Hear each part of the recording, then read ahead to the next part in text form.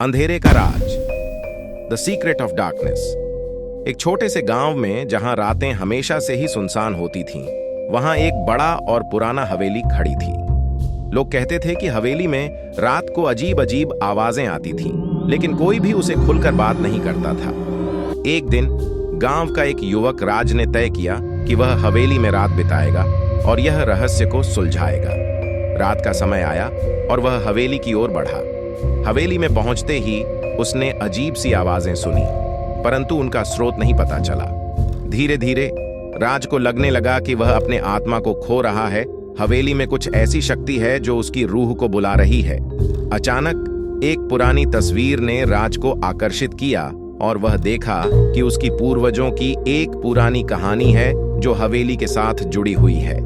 ये कहानी बताती है कि एक समय पहले इस हवेली में किसी ने अद्भुत प्राणी की बला की थी, जिससे वह अब भी भटक रहा था।